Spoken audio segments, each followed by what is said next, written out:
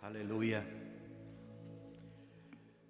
Vamos a ir al libro de Romanos, capítulo 12.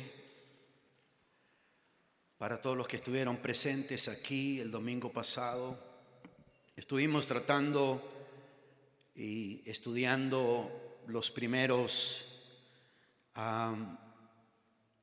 6 versículos de este capítulo 12.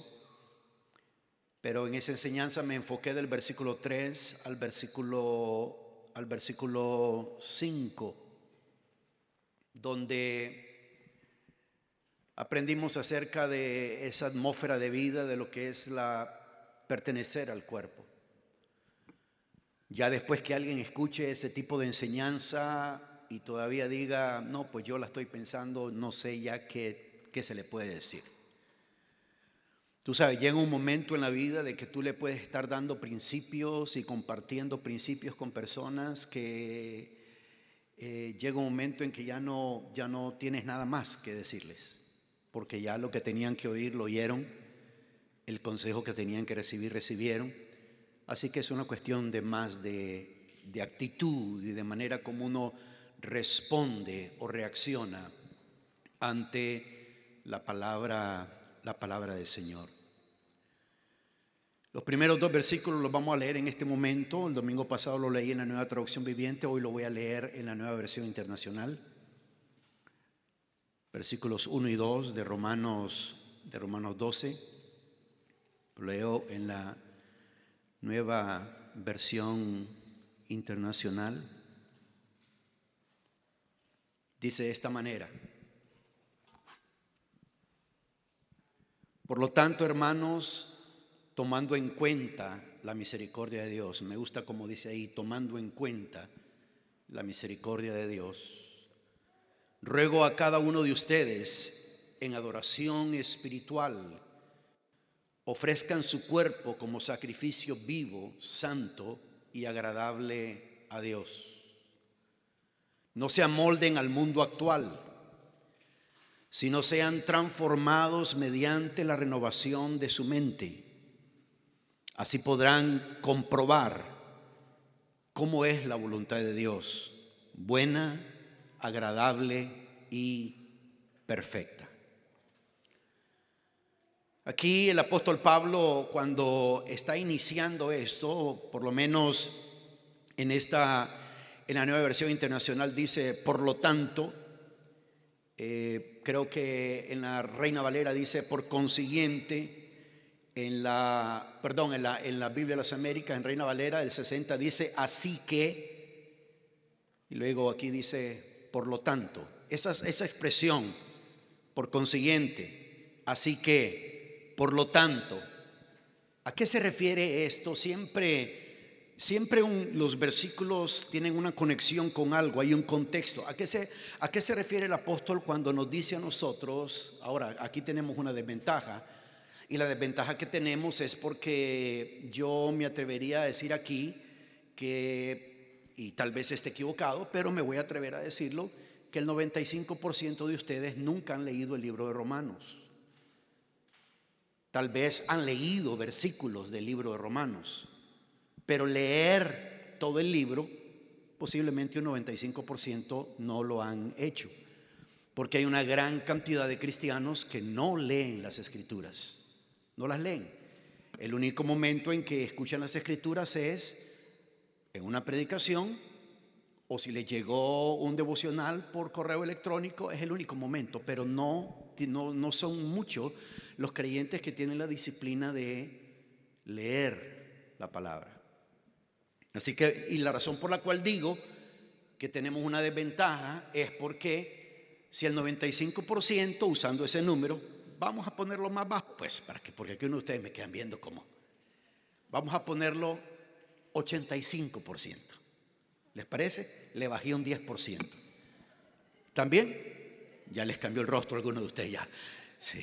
Entonces, digamos que el 85% no han leído eso, entonces no saben de qué está hablando, porque esa frase, por consiguiente, así que, por lo tanto, de acuerdo a la versión bíblica que estés leyendo, se está refiriendo a los 11 capítulos que han pasado. Y él está diciendo, Por consiguiente, por los últimos 11 capítulos, así que por los últimos 11 capítulos, por lo tanto, por los 11 capítulos que hemos venido estudiando o que han venido meditando, dice el apóstol Pablo, y luego comienza a decir que tomen en cuenta, dice el versículo 1, las misericordias de Dios. Nuevamente, para entender eso de la misericordia de Dios, en el libro de Romanos, el apóstol Pablo toca el tema de la misericordia de Dios desde el capítulo 4 hasta el capítulo 8, de lo cual yo no voy a tomar tiempo para hablar de eso, porque son 8 capítulos que hablan de la misericordia de Dios. Y él está explicando acerca de esto. Y hoy vamos a ver el tema, cómo comprobar la voluntad de Dios. Esta es una de las peticiones o oraciones muy comunes que hacen gran cantidad de personas que creen en Dios, que son creyentes o que de pronto comienzan a escuchar de las cosas de Dios y dicen: bueno, yo quiero saber cuál es la voluntad de Dios para mi vida. Quiero saberlo. Quiero llegar a ese punto, ya que de acuerdo al apóstol Pablo, cuando nos define la voluntad de Dios en el versículo 2, dice que es buena, dice que es agradable y dice que es perfecta. Dice que la voluntad de Dios así es buena, es agradable y es perfecta. No dice que la voluntad de Dios es mala, desagradable e imperfecta. Dice que es buena, es agradable y es perfecta. Así que lo que él está diciendo prácticamente, ¿sabe? Yo he conocido muy, a través de mi caminar cristiano. Es más, yo tengo amigos con los cuales yo empecé en el seminario. A mí en el seminario bautista, de una manera bien política, me corrieron y me dijeron: creemos que este seminario no es un lugar para usted. ¿Por qué? Porque con otros muchachos nos poníamos a orar, con otros muchachos hacíamos preguntas acerca de las cosas de Dios, acerca del Espíritu, acerca de las cosas del Señor, y luego nos íbamos a un lugar que era el lugar de oración, en el seminario Fuller en Pasadena, que hoy en día el seminario Fuller tiene su propia capilla para homosexuales y lesbianas. Tanto ha cambiado eso. El 75%, casi el 80% de las universidades en Estados Unidos participan en la inclusión, participan en este tipo de movimientos, participan en todo este tipo de cosas. Y uno como creyente tiene que entender qué es lo que la palabra de Dios dice, qué es lo que enseña la palabra de Dios. Porque el apóstol Pablo está diciendo por ejemplo, le decía de estos amigos que cuando comenzaron en el seminario teológico, a estudiar teología, comenzaron creyendo en todo. Creían en el mover del Espíritu Santo, creían en los dones, creían en esto y lo otro, y ya de pronto escucharon, porque uno tiene que entender algo: cada denominación tiene su propia doctrina, y su doctrina está derivada de lo que el líder de esa denominación, el fundador de esa denominación, pensaba acerca de las cosas del Espíritu. Por ejemplo, toda iglesia bautista americana, iglesia bautista del sur o cualquier otra versión de bautista que hay, porque hay diferentes colores y sabores de bautista, no creen en el mover del Espíritu Santo. Hay iglesias bautistas que sí, y asimismo se denominan como bauticostales, porque piensan y creen en las cosas del mover del Espíritu Santo, pero hay otras cosas que no. Y la cuestión es que en la Biblia tú puedes encontrar libros hasta de este tamaño de que no creen en el mover del Espíritu Santo, y hay otro montón de libros de este tamaño que creen en el mover del Espíritu de Dios. Qué bueno que cuando yo comencé del lado bautista, porque a mí la iglesia bautista me enseñó mucho a leer la Biblia. A veces el problema con las iglesias pentecostales o de corte pentecostal es que son más emoción que otra cosa. Fuego, fuego, fuego, pero nada de conocimiento. Mientras que la bautista es conocimiento, pero más helados que una maqueta de hielo. Entonces siempre el balance está en el centro, no en los extremos. Uno tiene que comprender eso. Cuánto me encanta a mí enseñar, no tienen ustedes idea. Así que cuando el apóstol está hablando de estos 11 capítulos, como estos amigos míos que yo tenía que creían en todo esto, y una vez que se graduaron del seminario, ya no creían en nada. Ya no creían en nada. Ya no era qué es lo que el Espíritu Santo quiere decirme, sino quién lo escribió, quién no lo escribió. Esto sí estaba, este versículo fue agregado después, este se agregó después, este se puso, y una cuestión, una locura. Entendamos algo. En el tiempo en que se escribieron estos libros, no había seminarios. No existía, el cristianismo no había sido institucionalizado. No había la diferencia entre lo que era el clérigo y lo que era ¿cómo se le llama en la palabra a una persona que no tiene una posición ministerial? Laico, gracias por recordarme. El laico. Entonces no había diferencia entre el clérigo y el laico. Todos eran ministros de Dios. Todos entendían su posición. Por eso es que a la hora de, mira, tengo un primo endemoniado, llevémoselo al pastor, sáquele el demonio usted. Amén. Porque eso fue responsabilidad del clérigo de hacerle creer a las personas de que si tú no tenías un diploma, si tú no tenías un certificado, si tú no tenías una carrera, tú no podías ejercer nada. Cuando yo participé en un board que me invitaron hace 2 años en la convención bautista, ya no me volvieron a invitar, fue debut y despedida. Y me pusieron ahí a discutir de un tema bastante caliente, de un tema de corte político, de corte cultural y todo eso. Y cuando a mí me tocó dar mi opinión, yo di mi opinión, yo expresé mi opinión con hechos. Cuando fue la parte de preguntas y respuestas, el moderador tuvo que decir, bueno, no solo hagan preguntas al pastor Armando, también hay otros 5 panelistas. Cuando terminó todo y nos fuimos a sentar, las personas que se sentaron conmigo me comenzaron a preguntar, ¿y en qué tiene usted doctorado? Yo le digo, no tengo doctorado. Le digo, yo ni ordenado soy, o sea, por la iglesia bautista. Yo fui ordenado al ministerio por Pastor Chris, pero a mí la iglesia bautista nunca me ordenó. Por muchos años serví como pastor desordenado. En ese sentido. Pero lo que trato de decirte, te estoy hablando de mi experiencia, lo que trato de decirte de esto es que no es el diploma, no es el conocimiento bíblico, sino lo que quieres practicar de lo que enseña la palabra.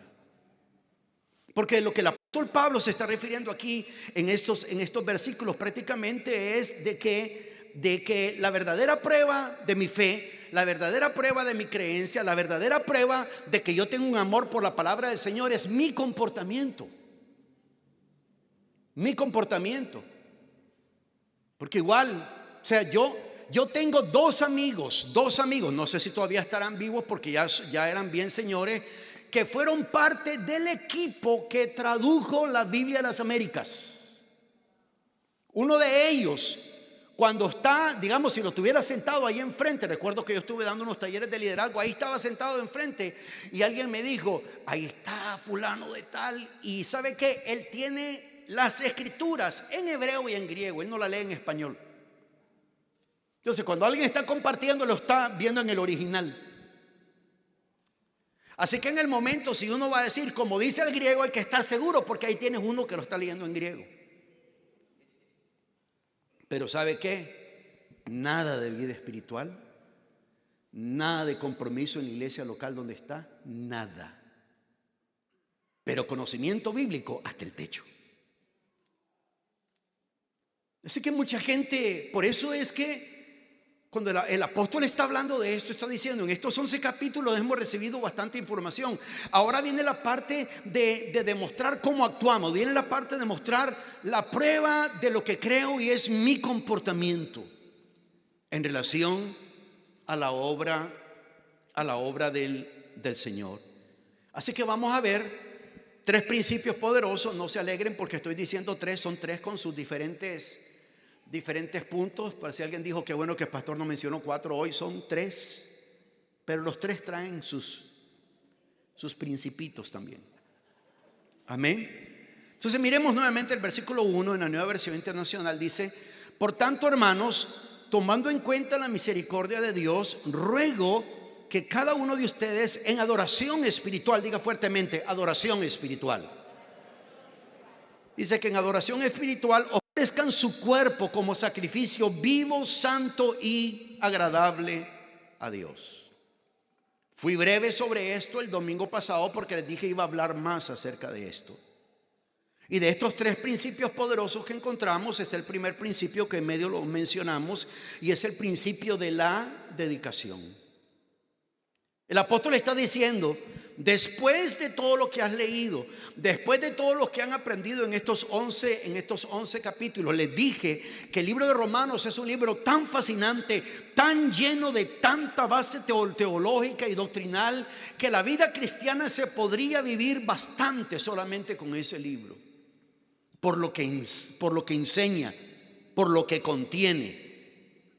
Y él está diciendo: ahora que han visto todo eso, tomando en cuenta la misericordia de Dios, dice: lo ruego acá, es un ruego. Ruego a cada uno de ustedes que en adoración espiritual, es parte de la oración, en la adoración espiritual, ofrezcan su cuerpo como sacrificio vivo.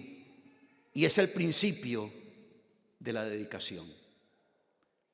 Si yo creo en lo que creo, si yo creo que la palabra de Dios, porque a veces algunos dicen, bueno, dice eso en la Biblia, pero en el original no dice esto y lo otro, pero aquí está diciendo claramente que ofrezcamos nuestro cuerpo como sacrificio vivo.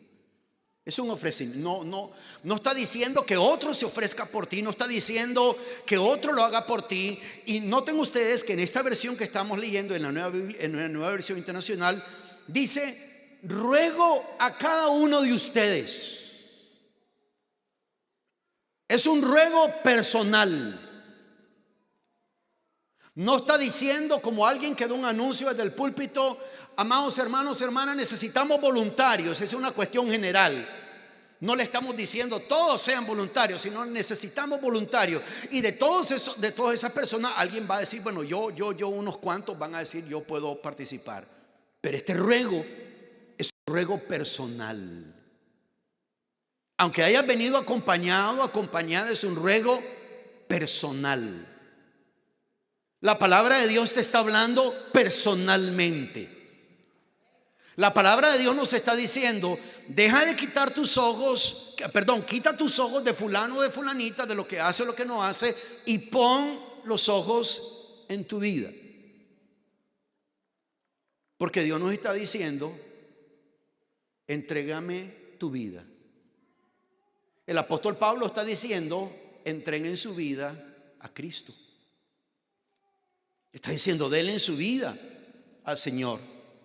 Porque el secreto, o parte del secreto de conocer, y uso la palabra secreto para que sea más interesante, pero parte del secreto de uno conocer, o de uno querer conocer o verificar o comprobar la voluntad de Dios, es que uno está dispuesto anticipadamente a hacer la voluntad de Dios, aún sin saber en ese momento cuál es la voluntad de Dios, pero uno ya tiene el deseo, uno tiene ese deseo anticipado de hacer la voluntad de Dios, y luego que la han conocido, decir: sí, Señor, lo voy a hacer.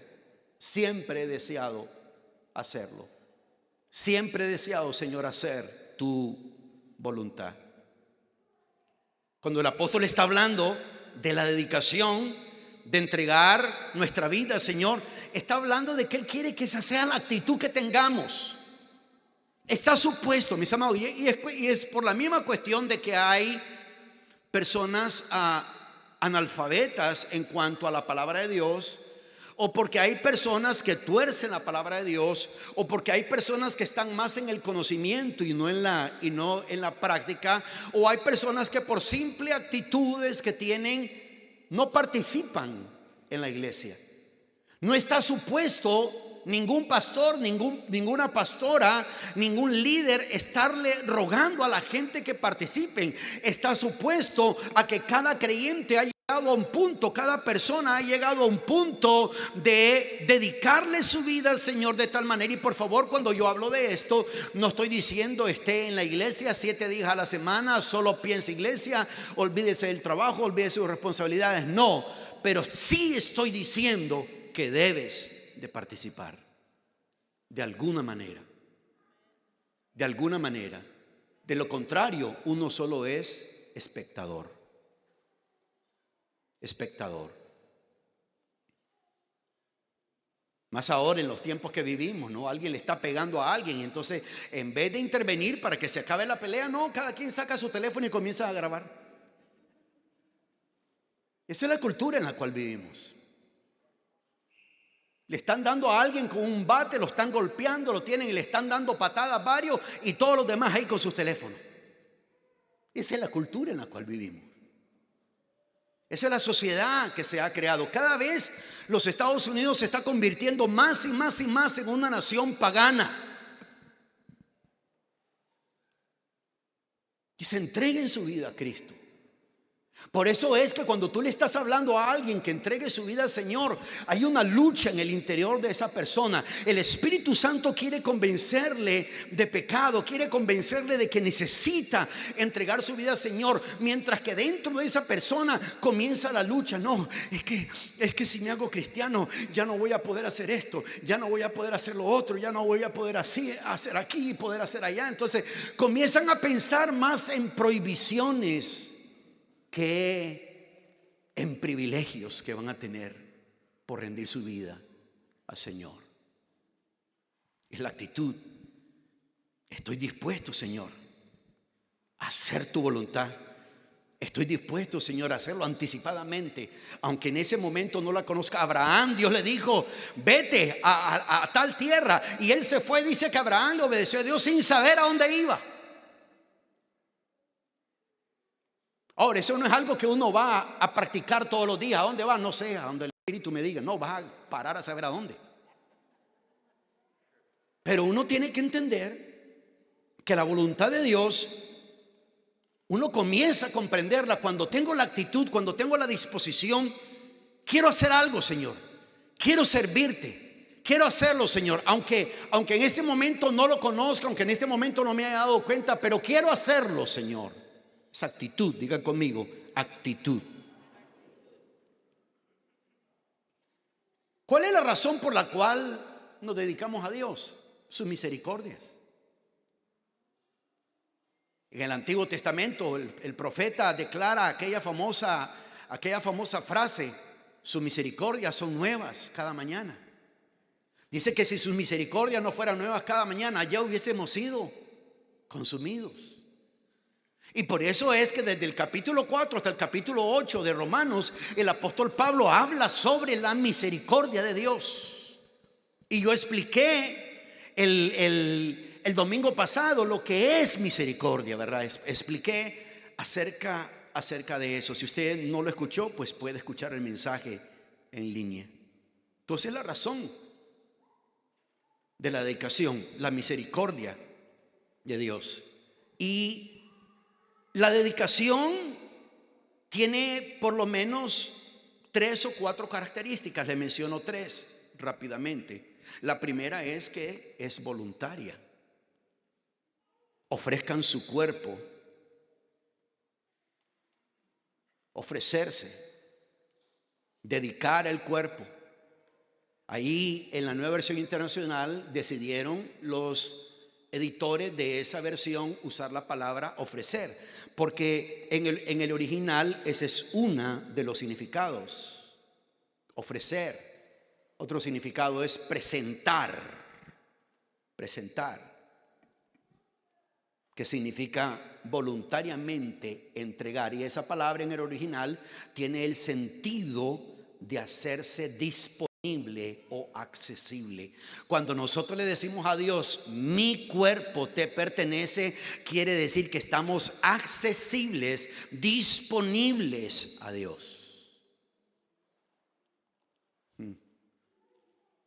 Este tipo de mensajes es como cuando uno habla de dinero. Hay dos mensajes que son bien silenciosos en las iglesias: cuando se habla de finanzas y cuando se habla de dedicarse a Dios. Porque por dentro hay una batalla. Y por dentro se está buscando cuanto argumento haya. Algunos hasta pueden buscar versículos bíblicos. Voy a buscar un versículo bíblico para mostrarle al pastor que no está bien.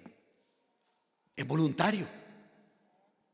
Tú tienes que decidir hacerlo. Porque dijimos una frase el domingo pasado: si Dios es el dueño de mi cuerpo, entonces Dios es el dueño de todo. Amén. Amén. Dios es el dueño de todo. A veces usamos la expresión del apóstol Pablo, muchos cristianos, como excusa cuando no vamos a estar en una reunión. No voy a estar, miren, no puedo estar. Hay muchos cristianos que usan esa excusa, ¿no? No puedo estar en la reunión, no puedo llegar al servicio, pero ahí voy a estar en espíritu. Ahí voy a estar en espíritu. Bueno, déjame decirte algo: tu espíritu sin tu cuerpo aquí no nos sirve para nada.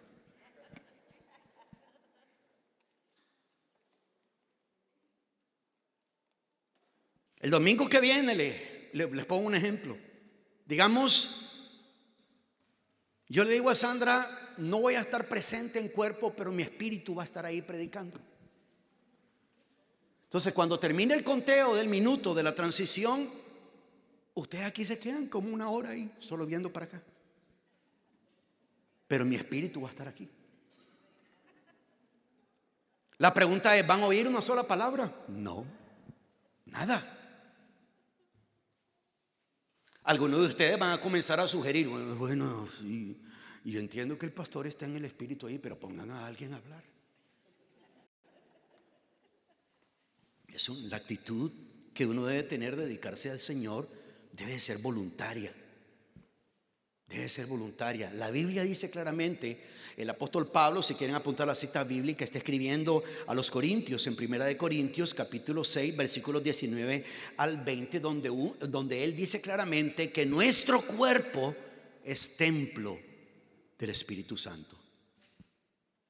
No dice, es más, pongamos la cita bíblica ahí por favor en pantalla, Master Control, pongan 1 Corintios 6 del 19 al 20. Vamos a leerlo ahí, ese pasaje. Y dice: ¿acaso no saben que su cuerpo es templo del Espíritu Santo, quien está en ustedes y al que han recibido de parte de Dios? Se lo voy a leer completo, es una pregunta como aparece aquí. ¿Acaso no saben que su cuerpo es templo del Espíritu Santo, quien está en ustedes y al que han recibido de parte de Dios? Ustedes no son sus propios dueños. No digan amén tan fuerte. Es que ese es el problema. ¿Por qué creen ustedes que hay personas que dicen: el pastor puede decir lo que quiera desde el púlpito, cuando yo salga aquí a la iglesia a mí nadie me tiene que decir nada? Para esa persona no es templo del Espíritu Santo, es motel del Espíritu Santo. Solo está por días, no permanente. Ahora, para nosotros, pero si uno comienza a estudiar la cultura lo va a entender mucho mejor. Pero en la cultura en que se escribe este libro, la palabra templo significaba mucho. Porque ellos estaban bombardeados con todos los dioses griegos, con todo el montón de templos que había, especialmente en la ciudad de Corinto. Y el apóstol Pablo les dice a ellos: ¿acaso no saben que su cuerpo es templo del Espíritu Santo, quien está en ustedes y al que han recibido de parte de Dios? Ustedes no son su propio dueño, fueron comprados por un precio, por tanto glorifiquen con su cuerpo al Señor. Fuimos comprados por un precio. ¿Cuál fue ese precio? La sangre de Jesús en la cruz del Calvario. Su sangre derramada por nosotros. Ahora tú puedes tener la actitud que tú quieras, pero si hay algo que la palabra enseña claramente, es que nada podemos hacer en contra de la verdad, solo a favor de la verdad.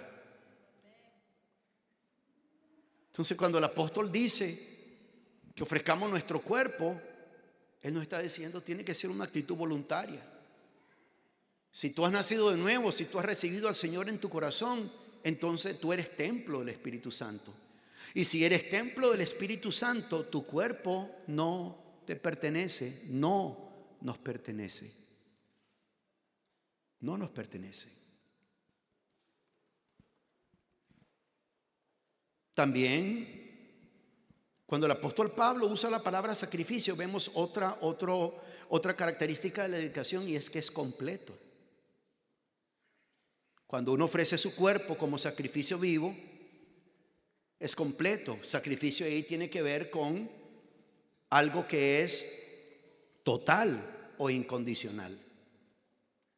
Total o incondicional. Bueno, yo puedo servir en la iglesia si cambian esto y esto y esto.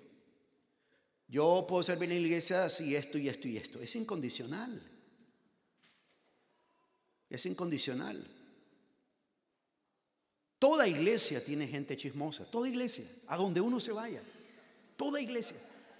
Me voy a ir a tal iglesia porque ahí no son chismosos. Toda iglesia tiene gente chismosa. Toda iglesia. Desde la más pequeñita hasta la más grande. ¿Por qué? Porque ahí hay gente. Y donde hay gente, especialmente si hay cristianos inmaduros, hay chisme. O periodismo cristiano, como le quiera llamar. Entonces tiene que ser, cuando él habla de ese sacrificio, tiene que ser total, tiene que ser incondicional. Y hay un problema con este tipo de sacrificio. ¿Cuál es el problema? Que es un sacrificio vivo. Lo cual significa que lo que se está entregando en el altar está vivo. Está vivo. Lo cual, y por eso es el problema de que un domingo la gente se dedica al Señor. La gente dice, no, Dios me habló, Dios esto, Dios lo otro, Dios aquí, Dios allá. Ya a mediados de semana es como que nunca les ha hablado, porque como era un sacrificio vivo, se bajaron del altar.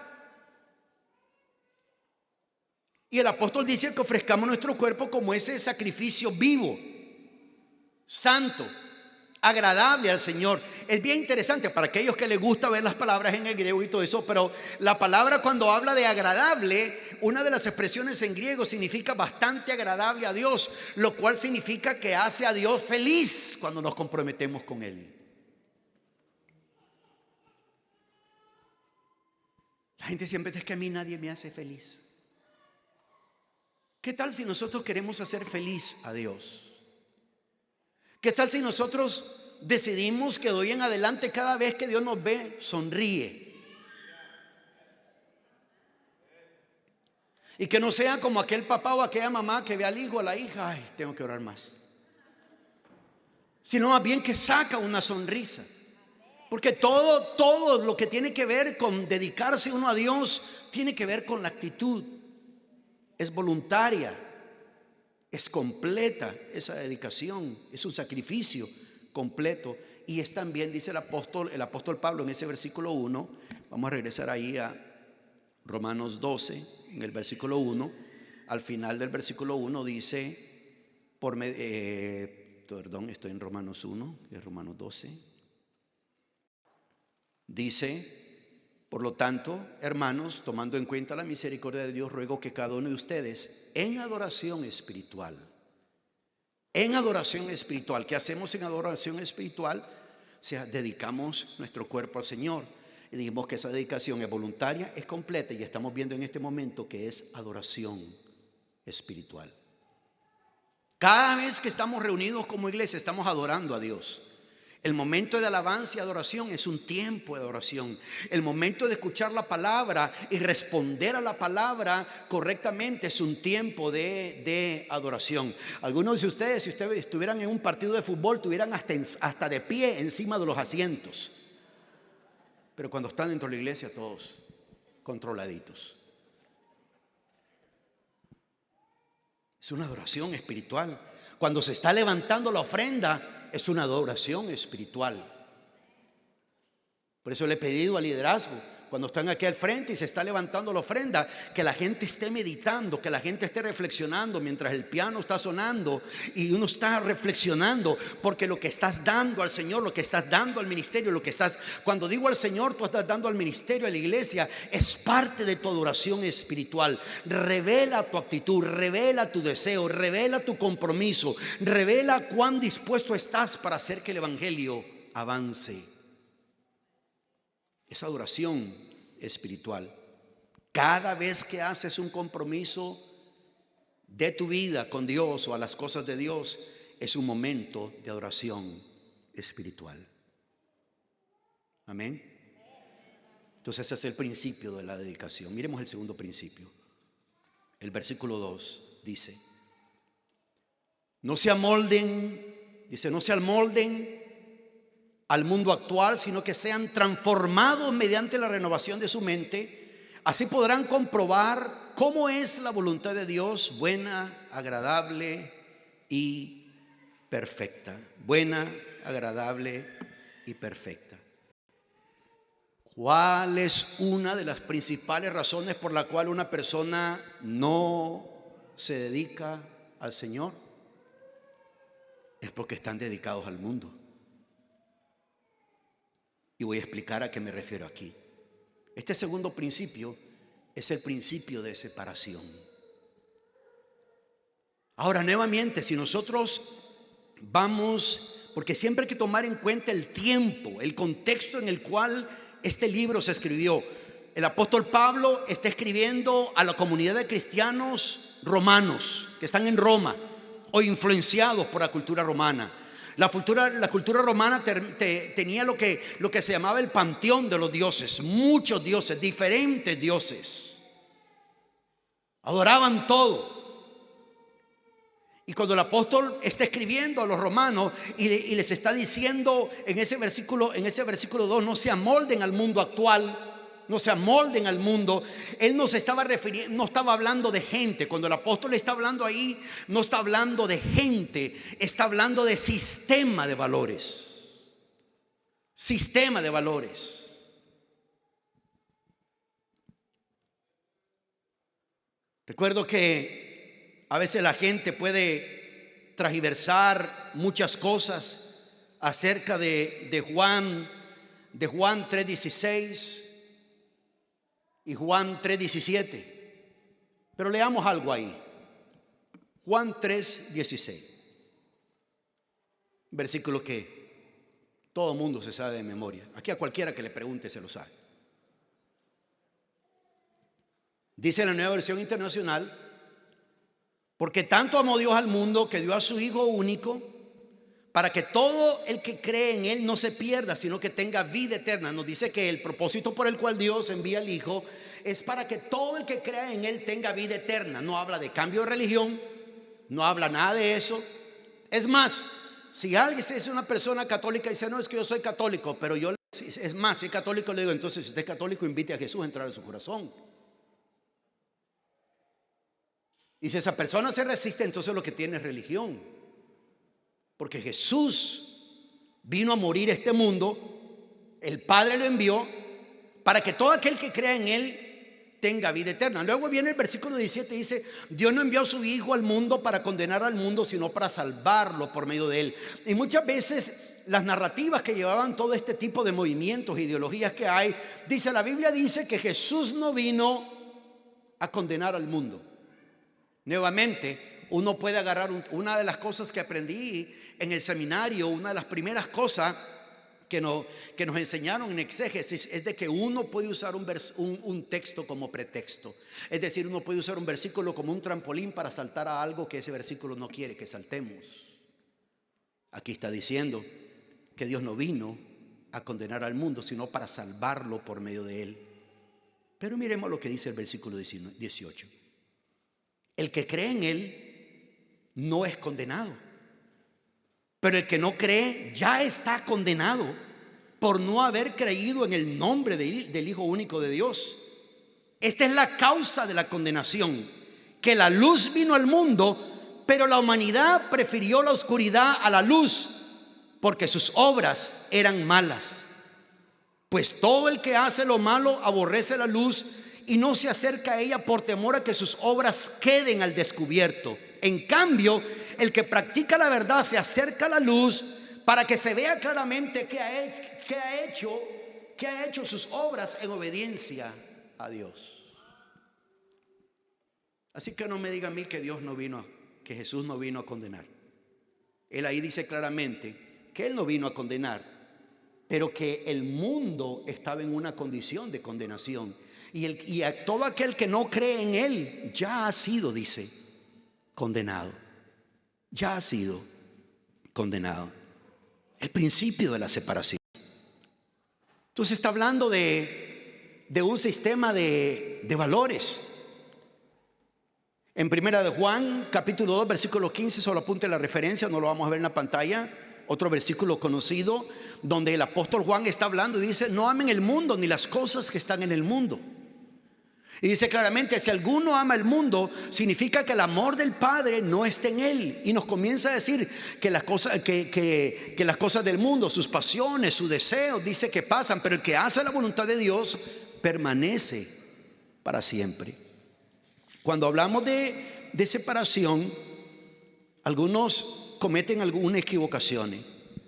Recuerdo que creciendo en la vida cristiana, una de las cosas es que no, eso es del mundo, no se contamine con el mundo, no haga esto del mundo, no haga el mundo. Entonces la gente comenzaron a conectar el mundo con cosas, con forma de vestirse, con estilos de música y todo eso. Por ejemplo, si tú tomas el bus lo va manejando un chofer que ni lo conoces. Tal vez el tipo ni cree en Dios. Ese bus, a saber quiénes fueron los que lo armaron. Posiblemente los que lo armaron ni tienen ningún deseo de las cosas de Dios. Y sin embargo ahí vas en el bus a tu trabajo. Pero la palabra, cuando está hablando de mundo, no se está refiriendo a la gente. Se está refiriendo a un sistema de valores. Escuchen bien lo que les voy a decir, iglesia. Y yo voy a dar un seminario fuera de línea, no es que así se va a llamar, sino que no transmitido, para todo aquel que quiera escuchar todo lo que yo he investigado. Porque cuando vengan las próximas votaciones en el año que viene, uno no vota ni republicano ni demócrata, uno vota cristiano. Porque muchos creyentes vendieron su primogenitura por un plato de lentejas. Algunos apoyaron al gobierno actual por una reforma migratoria. Otros apoyaron porque decían no hay que ser inclusive. Otros apoyaron porque Black Lives Matter. El 80% de la gente de raza negra que muere en comunidades negras es porque entre ellos mismos se han baleado. El 80% de gente que sale herida es por razón de este tipo de cosas. No tengo el nombre en este momento en memoria, pero hubo una persona de raza blanca que murió igual que esta persona donde se levantó el movimiento de Black Lives Matter. Murió igual. Lo mataron de la misma forma. Policías blancos mataron a este hombre blanco de la misma forma. Lo ahogaron, lo asfixiaron. Ya cuando llegó la ambulancia, este hombre había muerto. ¿Por qué no salió en las noticias? Porque no llena la narrativa. La última persona que causó balacera en la escuela era una persona trans, pero se referían ahí como ella, aunque en la vida se identificaba como él o nosotros.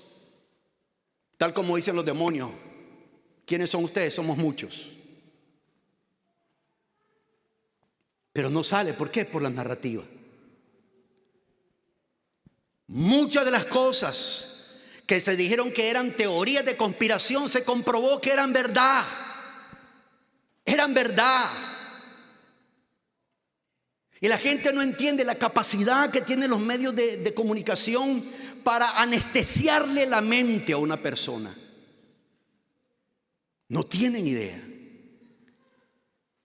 Pero cuando uno lee, cuando uno investiga, Cuando uno usa la herramienta correcta, entonces uno entiende el principio de separación. Entonces algunos cristianos se aíslan y dicen: yo no me meto para nada en el mundo. Otros cristianos imitan al mundo, lo que el mundo hace. Bueno, es que si no lo hago no soy aceptado, y comienzan a copiar cosas del mundo en cuanto a sistema de valores.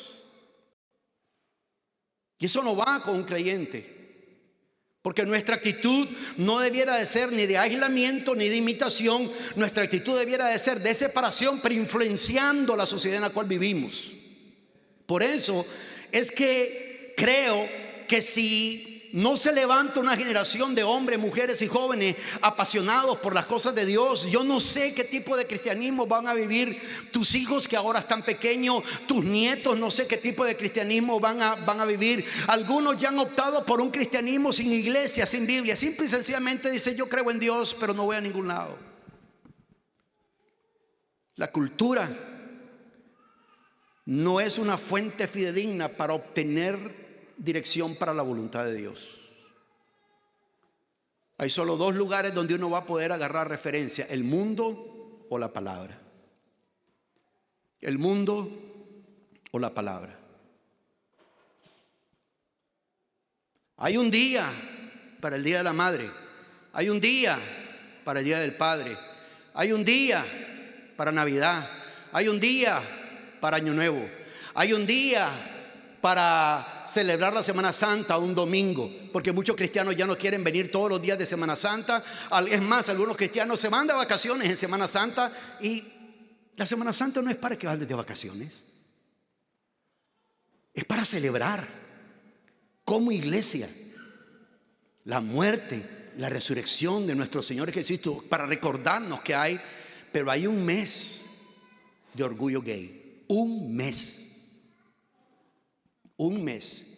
Y esta administración hasta pone al frente, antes la representante de prensa, una mujer de raza blanca, la quitaron, ahora es una persona morena, lesbiana, la representante de la Casa Blanca.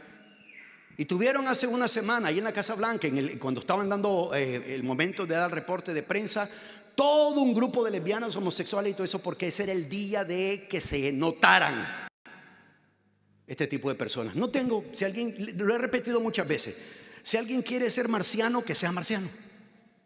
Si alguien se siente gato, pues que sea gato. Si alguien se siente de tal manera, pero si tú eres gato, no me tienes que forzar a mí para decirte sí, gato, porque no lo eres. Estamos en un mundo de la cultura, cuando en el Senado, cuando delante públicamente se hacen preguntas a biólogos, se hacen preguntas a personas: ¿se puede quedar un hombre embarazado? Y todos respondiendo sí.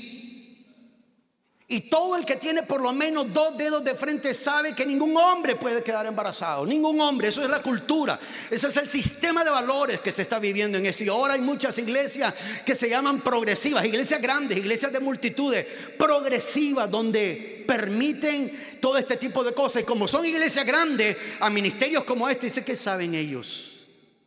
¿Qué sabe ese pastor? ¿De qué habla ese pastor? Gracias a Dios que Dios me dio cerebro, y uno puede investigar este tipo de cosas. Y créanme, cuando yo hablo de estas cosas, no estoy hablando por mí. No estoy hablando por mí. Hablo por las generaciones nuevas. Hablo por las generaciones que vienen. El sistema educativo en los Estados Unidos está lleno de esto. Si a un consejero en una escuela, un jovencito, una jovencita llega diciéndole que de pronto se siente, es un niño, qué sé yo, de 8 o 9 años, y dice: me siento niña porque les bombardean con esto, o me siento niño, inmediatamente los ponen en un proceso para afirmarles eso, en vez de ayudarles. Porque a veces el papá y la mamá no tienen tiempo para meterse en nada en la escuela. Esa es la cultura en la cual vivimos. Miren ustedes las noticias. ¿Cuándo van a ver ustedes a un padre, a un pastor, dando por lo menos ahí un pensamiento? No, lo que ven ahí son brujos del horóscopo, lo que va a hacer esto y lo otro. Y todos los comentaristas que están ahí: oh, mira qué bueno, oh, va a pasar esto, va a pasar lo otro. Esa es la sociedad en la cual estamos viviendo.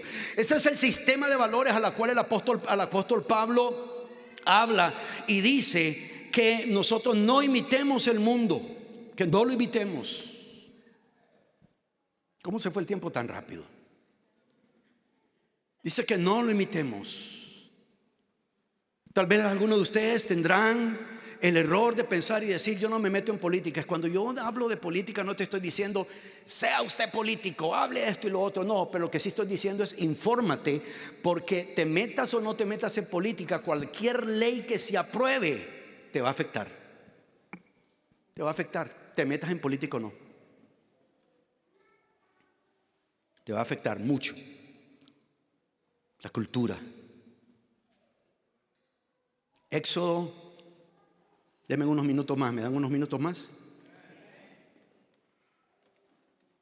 Creo que los muchachos de Master Control hacen algo para apurarme el reloj. Estoy bromeando. Éxodo capítulo 23.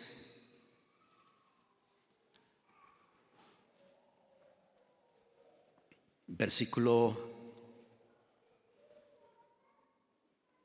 1 y 2.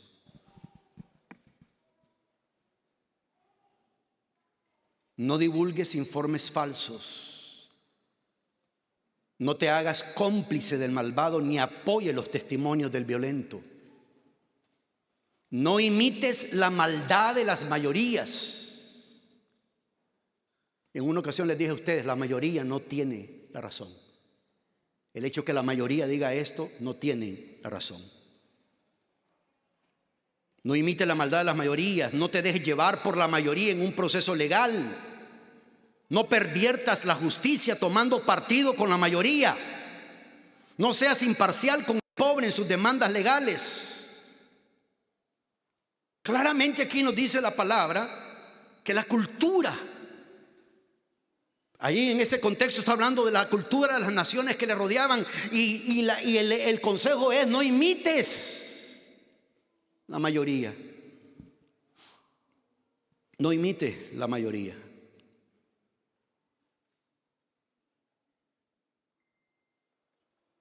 Les pido de todo corazón a los que son ciudadanos americanos que cuando vengan las elecciones voten de una manera que ustedes apoyen a aquel candidato que va más hacia los valores y hacia los principios judeocristianos. Eso es lo que uno debe hacer.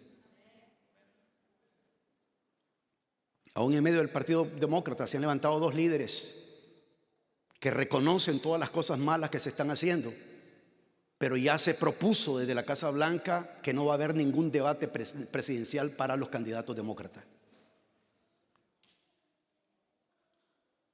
Y nos dicen que eso es democracia.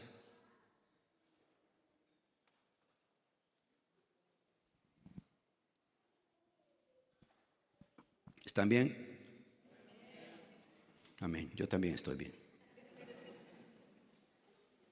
O sea, en otras palabras, cuando el apóstol Pablo está hablando de que no nos amoldemos a este mundo, nos está diciendo: ¿de dónde obtienes tus valores? ¿De dónde salen tus valores?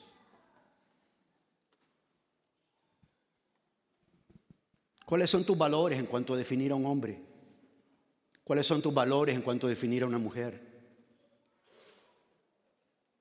¿Cómo son tus valores cuando se habla de apuntar, de cortarle los pechos a una jovencita y de cortarle los genitales a un niño porque está haciendo transición? ¿Cuáles son tus valores en cuanto a todos estos pronombres, casi 73? ¿Cuál es tu valor? ¿Cuáles son tus valores? ¿Cómo reaccionas ante todo esto? Esto va a ser muy importante porque nos metamos o no nos metamos, la cultura va a ir siendo afectada de tal manera que los Estados Unidos a este momento, como estoy usando la frase de un buen politólogo, dijo: los Estados Unidos ha perdido su habilidad de avergonzarse. Ya no avergüenza nada.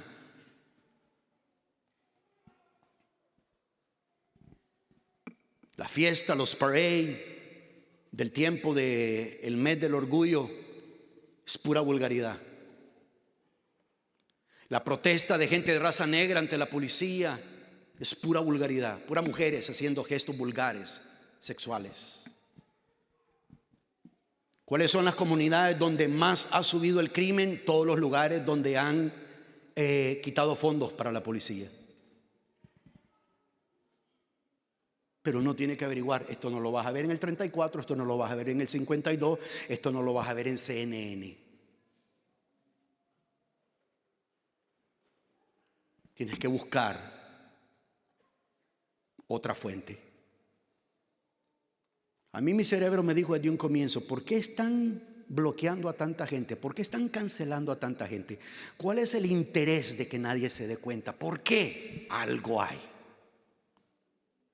Algo hay. Aleluya. Espero que sigan contentos porque he regresado. Amén.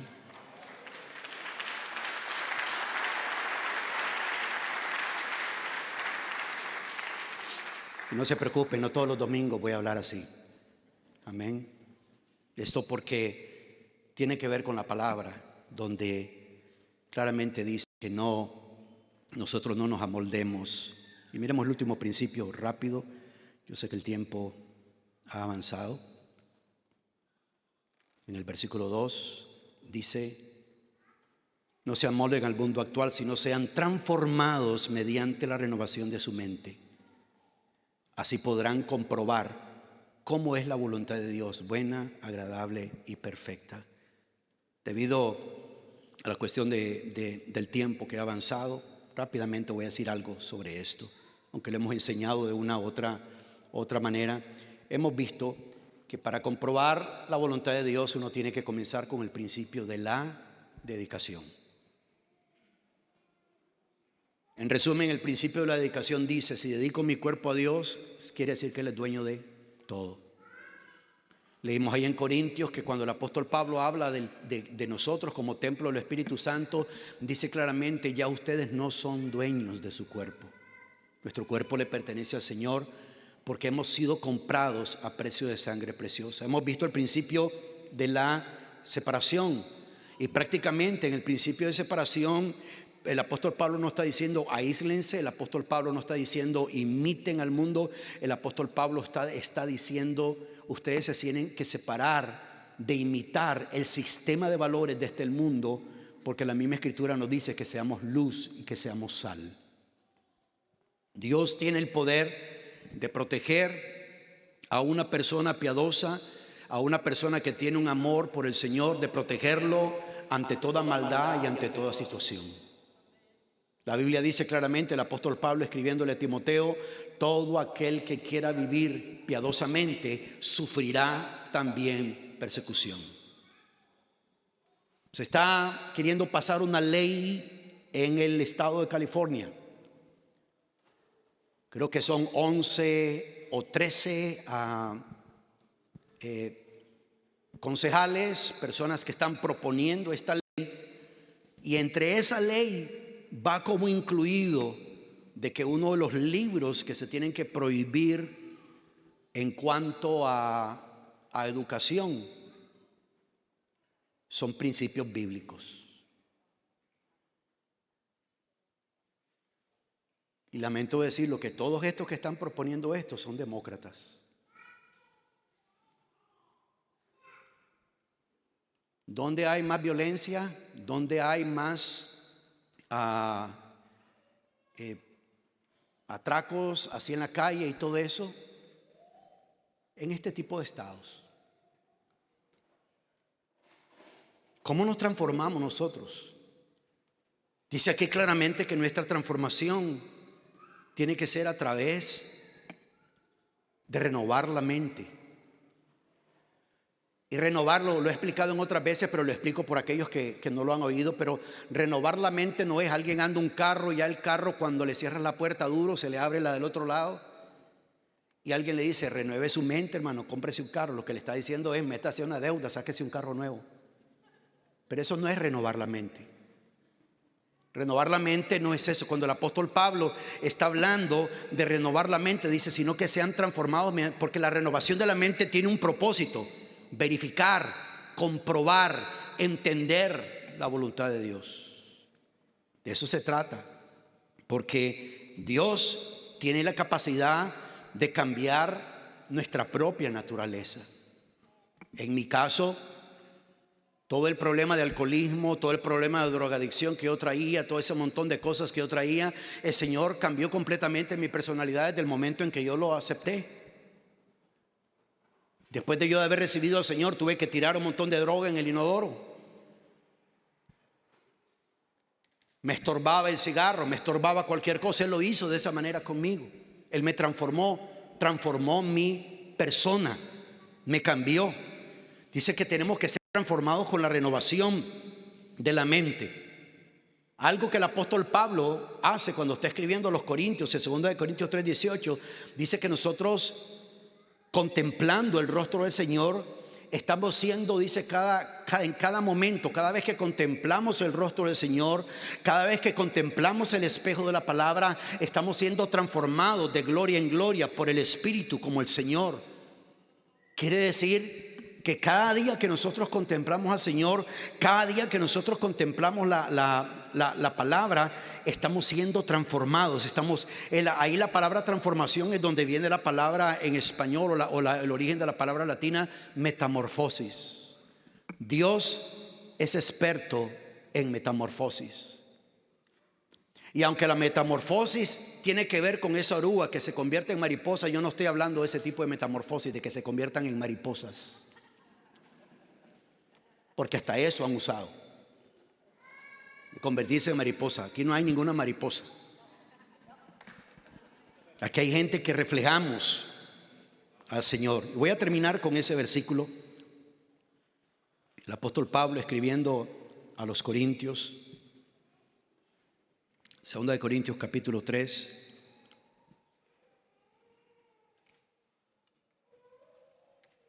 En el último versículo.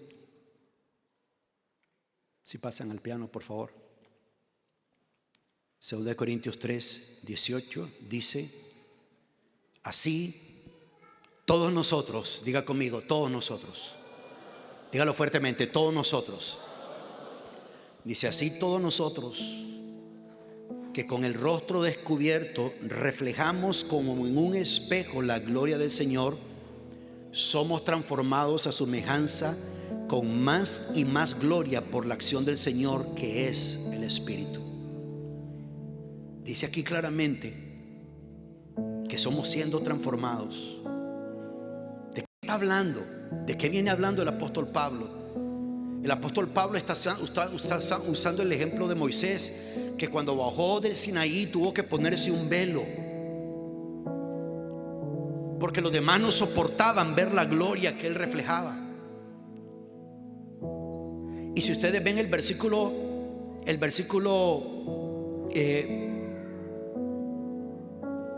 digamos desde el versículo 12, se los leo, y pónganse de pie, por favor.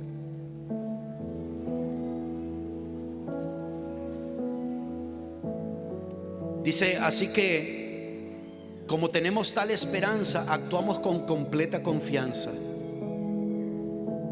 Diga fuertemente: yo actúo con completa confianza. Dice: así que como tenemos tal esperanza, actuamos con completa confianza. No hacemos como Moisés, quien se ponía un velo sobre el rostro para que los israelitas no vieran el fin del resplandor que se iba extinguiendo. Sin embargo, la mente de ellos se embotó, de modo que hasta el día de hoy siempre tienen puesto el mismo velo al leer al antiguo pacto. El velo no les ha sido quitado, porque solo se quita en Cristo. Hasta el día de hoy, siempre que leen Moisés, dice: un velo les cubre el corazón. Pero cada vez que alguien se vuelve al Señor, aleluya, el velo es quitado. Ahora bien, el Señor es el Espíritu, y donde está el Espíritu del Señor, allí hay libertad. Así todos nosotros que con el rostro descubierto reflejamos como en un espejo la gloria del Señor, somos transformados a su semejanza con más y más gloria por la acción del Señor, que es el Espíritu. La clave está en la forma de pensar. La Biblia menciona claramente en uno de los proverbios que el hombre tal como piensa dentro de sí, el tal así es. El Salmo 119 claramente dice: ¿cómo puede un joven guardar puro su camino? Dice: guardando su palabra. Y ustedes van a ver la diferencia en el caminar cristiano de una persona que lee la palabra y le pide al Señor que le hable. No solamente estar leyendo libros de otras personas, leer la palabra y que la palabra hable a la vida de uno, porque la voluntad de Dios se encuentra en la palabra, y la voluntad de Dios nunca va a contradecir la palabra de Dios, nunca la va a contradecir, nunca. No contradice la palabra de Dios. Jeremías 29:11 declaró, hablando de parte de Dios, diciendo: yo sé los planes que tengo para vosotros. Son planes buenos, dice Dios, son planes de paz, son planes de esperanza. Dios dice: quiero darles un futuro mejor. Y en Dios, en Jesús, se encuentra ese futuro mejor. Porque uno va a ir viendo que la voluntad de Dios es buena, es de alta calidad. Uno va a ir viendo que la voluntad de Dios es agradable o aceptable. La palabra en el original dice que la palabra, que la voluntad de Dios es algo que satisface. Y el apóstol termina diciendo que es ahí donde debemos de vivir, que la voluntad de Dios es perfecta, es completa, está literalmente hecha a tu medida. Es como que te hubieras ido a hacer un traje con un sastre, y ese sastre va a estar, y ese traje va a estar a tu medida. Así es la voluntad de Dios para ti, amigo, amiga. Así es. Tan especial que antes de que tú nacieras, antes de que yo nacieras, Dios, dice el libro de Efesios, planificó obras, preparó obras para que cada uno de nosotros anduviésemos en ellas. El deseo de Dios es que tú tengas una vida buena, una vida que ha sido hecha a tu medida, es personalizada, es original. Pero no vas a llegar ahí hasta que primeramente le digas al Señor: rindo mi vida, rindo mi cuerpo. No entiendo mucho de las cosas que están pasando, Señor, no entiendo mucho de esto, pero aquí estoy, quiero hacer tu voluntad.